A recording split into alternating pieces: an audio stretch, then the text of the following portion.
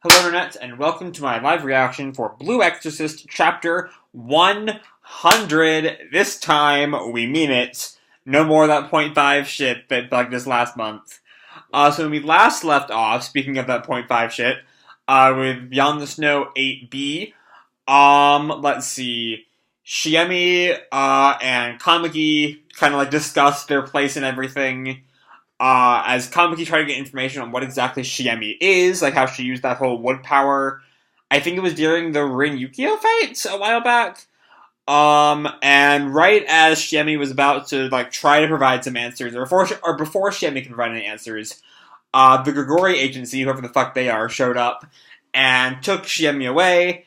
Meanwhile, Yukio is getting strong, is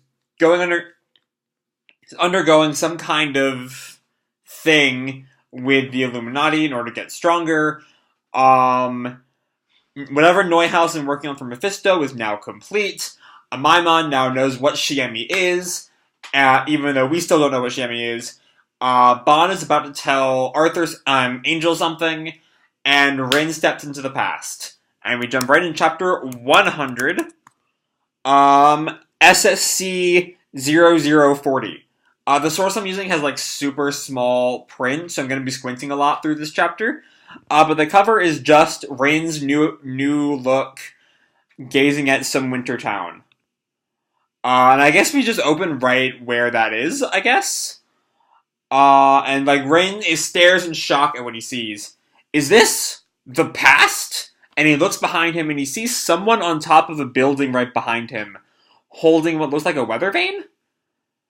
And the person looks behind and it looks like he notices Rin.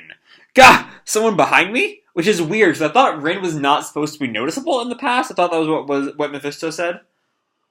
What the? Later, and then, Mephisto pops up right behind him. Later, you will know him as the priest Shiro Fujimoto. What? That's Shiro? I can't see it. He looks like a young Rin. He just looked like Rin, or maybe even Renzo Shima with white hair. Does that mean that I know Shiro is probably a clone of one of the Ball. I forget which one. But I didn't think he would look like Rin. I don't know, or maybe more like Yukio. But anyway, so Mephisto pops up. He looks really weird. Mephisto? You came with me? Nope. I'm just me 40 years before your time. Oh wow, okay. 40 years? No way, you don't look any younger. Demon vessels deteriorate, but they don't age. Besides, I'm the king of time. My body may change, and my identity doesn't. And he pops right back into the dog. Not pops back into the dog, but he turns into the dog. No matter which era you visit. Well, I've got time, I'll be your guide. Hey! He's the king of time, so he's always got time. I see you. I see you there, Mephisto. But don't forget, this journey leads to tragedy. Alright. And he, puts in I don't think that's the same key, but he opens up a door. Where are we? The time and place aren't all that different. This is a low-rent district of Northern True Cross Academy Town. Northern True Cross? Looks kind of rough. 40 years ago, it was a dangerous slum. Homeless people and criminals lived there. And he sees a shadow run by. Is that Father Fujimoto? Yuri! And someone's calling after that person. Who is that? Yuri Egan? You shouldn't be wandering around this late. Come eat. Yes, that is Yuri Egan. Oh wow. That's Rin's mom. Okay. She doesn't look too different from her anime design, except a lot younger than her anime design, of course. But she looked kind of like the same face. Okay. And she goes back to, I think that's young Fujimoto. And Rin notices her. No way. Later, she becomes Yuri Egan. She is Yor and Yukio's mother. I knew it! You mustn't interact with people in the past. Time paradoxes won't occur, but it causes confusion. That's just a sci-fi theory. Huh? I don't get it, but I won't cause any trouble, okay? Rin, causing trouble is the one thing you do. So anyway, they go back to watch Yuri and the group of people she's with. It's a super tiny picture, as I said before. Or the whole thing is super tiny. so I can't quite get a good look at them, but whatever. So you shouldn't walk around after dark, Yuri. That's right, there's dangerous people about. They might gouge your eyes out like they did to a Baba. And we see an old crazy lady who's like missing an eye. Haha, actually, I kinda like it. I'm cool, like a pirate. And Yuri just like starts laughing. But there are worse, it's not funny. Human beings are one thing, but there are worse things that crawl out of the darkness. We see like an old bearded man who's the guy saying this, and I don't know if we're supposed to recognize him at all. And then there's another lady who kind of almost reminds me of Shiemi's mom, but not quite. Who tells Yuri, Okuno Baba used to be Exorcists. I ain't scared of ghosts. Yuri, monsters are worse than people, because they reveal the human heart. No problem. Just the other day I met a blue fireball, and I wasn't afraid at all. Blue fire is never good in this series, Yuri. Oh boy. Blue fireball? And then one of their eyes, like, goes wide. That was a Rinka. A Rinka? It's a spectral flame seen all over the world. Demon fire, Azul, Irrlicht, Will-o'-the-Wisp, Ignis Fatuus. It has many names. What is it? No one knows. Some say dead souls, others say the fire of hell. Yikes.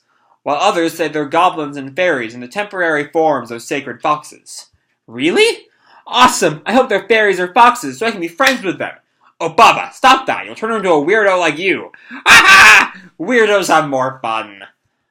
Now, so for whatever reason, this chapter was cut into like 4 parts. So let's go to like 4 different posts. So here's part 2. She needs to, and Yuri's like asleep on the old man's lap. She needs to start school soon. She's growing up so fast. Oku, she was just a newborn babe and you found her lying in the junkyard and brought her back. Yeah. Oku, you still have your Exorcist license, don't you? Ever thinking about working again? I would if my eyes were better, but you too could rent a house and live on your own. Alright, so who are these people? I can't quite tell. Like, are they just like conscientious objectors, maybe? I don't know. I don't know what they're after. Like, why they're off living apart from the world, who they are, what brings them together, other than they seem to have just adopted Yuri Egan. Or Yuri, before she's Yuri Egan. No, it took all of us to raise her. Besides, being together is more fun. But I'll look into it. At this rate, she'll end up like Obaba. Yeah, that's right. Yeah, they're still talking about letting Yuri go to school. And Rin looks on. They seem happy. I'm glad. Let's move forward in time. And then they like poof away. And Rin's like behind the door that he opens up. Huh? There's junk everywhere. Shh. There she is. She's still small. How much time has passed? It's the next day. Today, let's play house. She has like some like dolls she set up. Knock knock. Hello. Welcome to our house. I just made coffee. Wait right here. Oh, don't mind me. Here you go. Glup, glup, glup, glup. Man, this is so sad. She should get some friends. Isn't that just how little kids are? And now, and then she does something to like a can. Or no, they're like a can that gets a flame and like goes flying away. And like the can like bounces away. And Rin and Mephisto like look on. It's here. Rinka? It's the blue flame. It's Satan. What? Satan's already here? Okay. Back then, Rinka was one word for Satan. Satan would appear in Asaya for no apparent reason and then disappear again. What's she doing? There, how about this? She's has like a line of pencils like set up. And one goes like flying away with blue flame. Wah! Cool! And then she sets up a bunch of chairs. How about this? And then the chairs catch fire and like each of them have like 3 legs like disintegrating. Ah! And Rin asks Mephisto, is he playing? Yup. Satan didn't have an ego yet, so I don't know if he knew he was playing or not. But this was probably his first intelligent interaction. Okay, so I was just about to bring up the question, if Satan didn't really have consciousness until whatever the cloning projects going on in the asylum are, how is he here? But that kind of makes sense. He's just like, he's a force of being, but he doesn't really have a mind of his own yet. And this is kind of his first step to becoming Satan. I'm not entirely sure what the Demon Kings are, though. If like, they're supposed to be the children of Satan. If if Satan didn't exist, until centuries after they were all born, I don't really know what that's about. But whatever. But this is probably his first intelligent interaction. Yuri, you shouldn't play here. It's dangerous. I think that's the old man. Okay. Bye-bye. What were you doing? Playing house. If all that junk collapsed, it would bury you alive. But there's so much fun stuff here. They, leave, leaving Mephisto and Rin in the junkyard. Let's move forward again. And they cut forward to this blazing fire. It's hot! What's going on? Fire! It's like a big warm bonfire. Ha ha ha. Fire trucks are cool. Out of the way, move aside. Wait, there's an actual fire going on and people are laughing about it? Out of the way, move aside. Burn! Burn! Seriously, what the fuck is wrong with these people? Is this the factory where Mom lived? And Yuri, runs past Rin.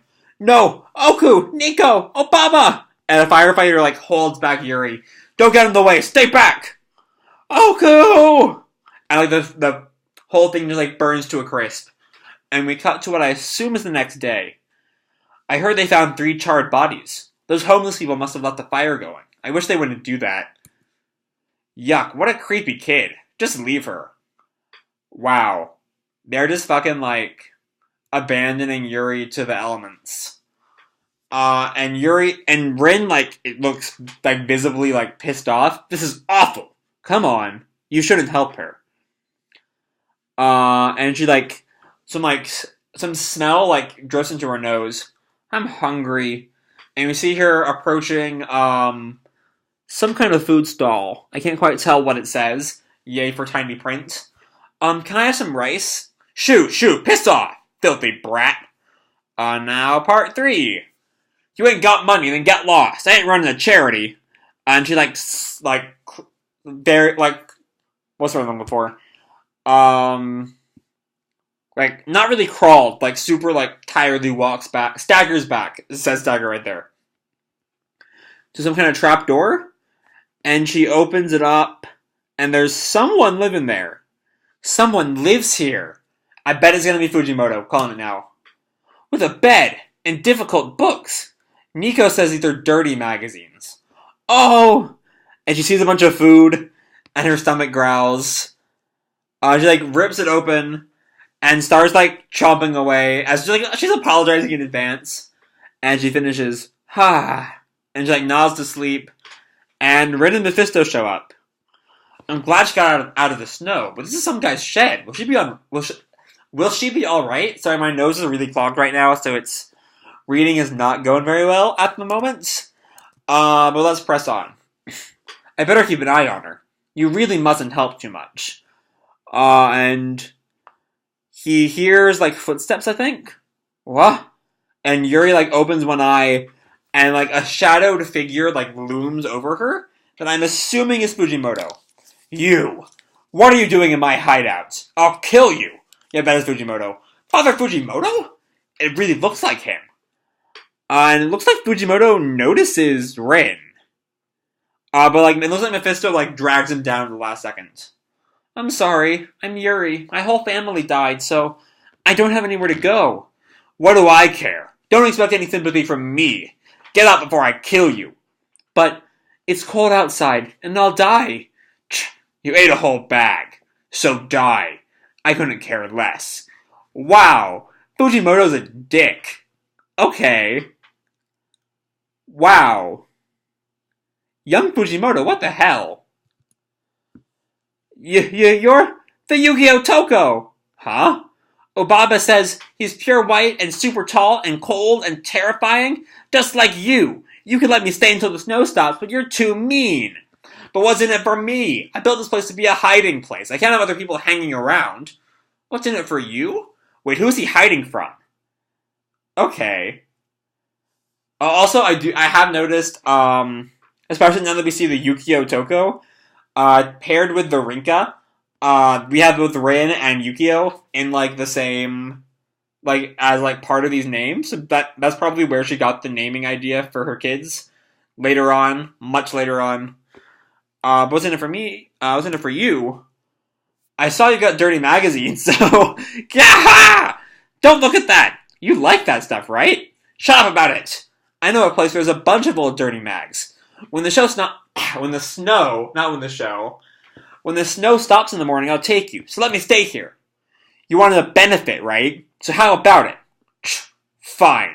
You can stay until morning. Then you can take me there. And they better have some major gazongas. Gazongas? Father Fujimoto was already into big boobs back then?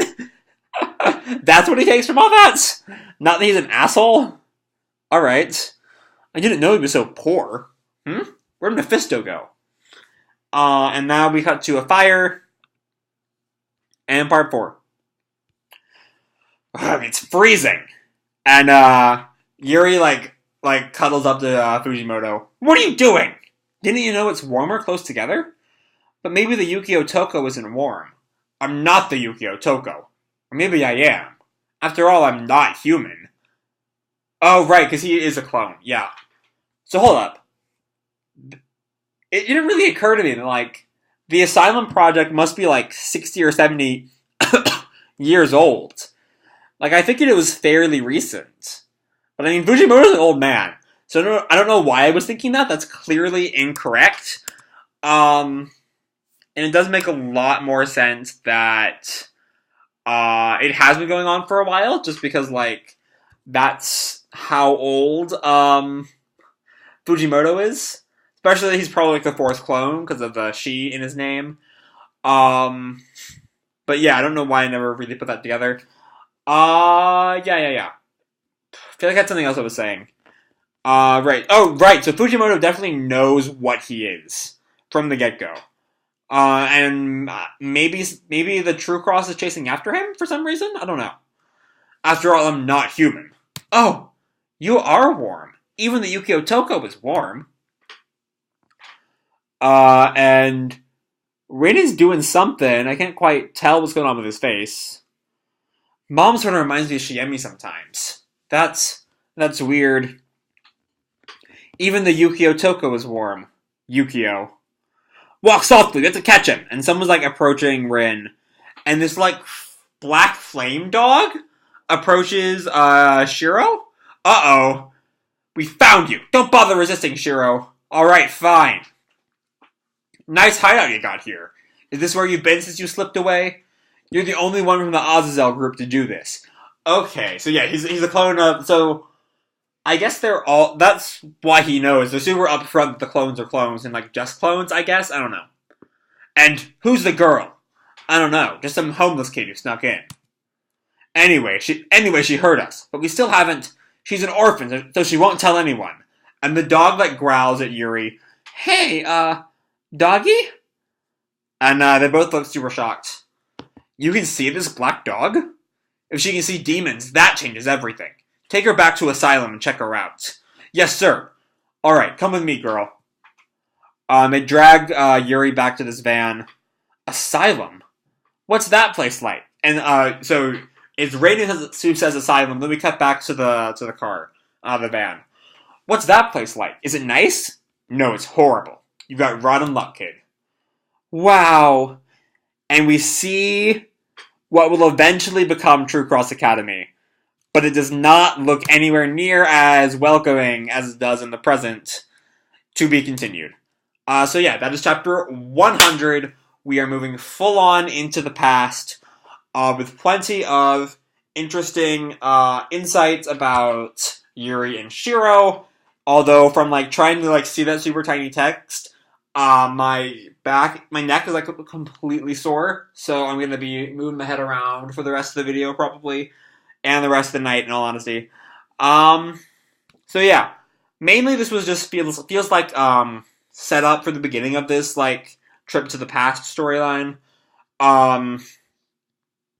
Just because like we were introduced to Yuri and her initial situation, and Shiro, who I imagine we're going to be seeing a lot more in-depth look of the asylum, because we only really got to see its like remnants in the present. So now that we're like in the past while the asylum's up and running, we're going to be like full on into it. I imagine.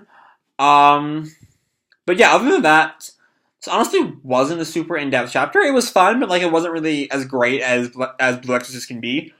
Um, so yeah, I enjoyed it. It was a fun chapter, far from the series' best, but still mostly fun. It would be better if it were like bigger pages, so I could see it better.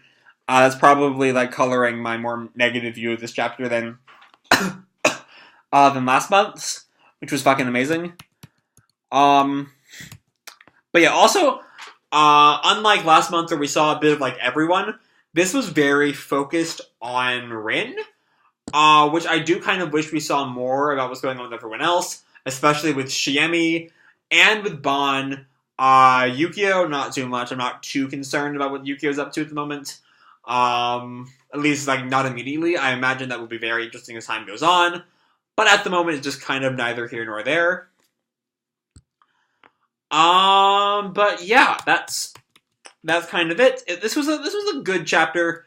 Nowhere near as good as the past few chapters. Beyond the Snow is like a fucking landmark storyline. I don't know if storyline's the right word, but a landmark like series of chapters just being so fucking good. This is not as good as Beyond the Snow. This is still, I mean, it's still Flux, it's still amazing. It's still setting up, a lot of interesting things down the line. But this is still very much a setup chapter. But yeah, I'm going to leave this video off here. I don't have too much to talk about, as I've said many times before continuing to talk about things. So I hope you all enjoyed this chapter and the video. If you did, drop me a like, subscribe, whatever the fuck you want. I don't really care. And as always, people, keep kicking ass, and I'll see you in the future. Bye.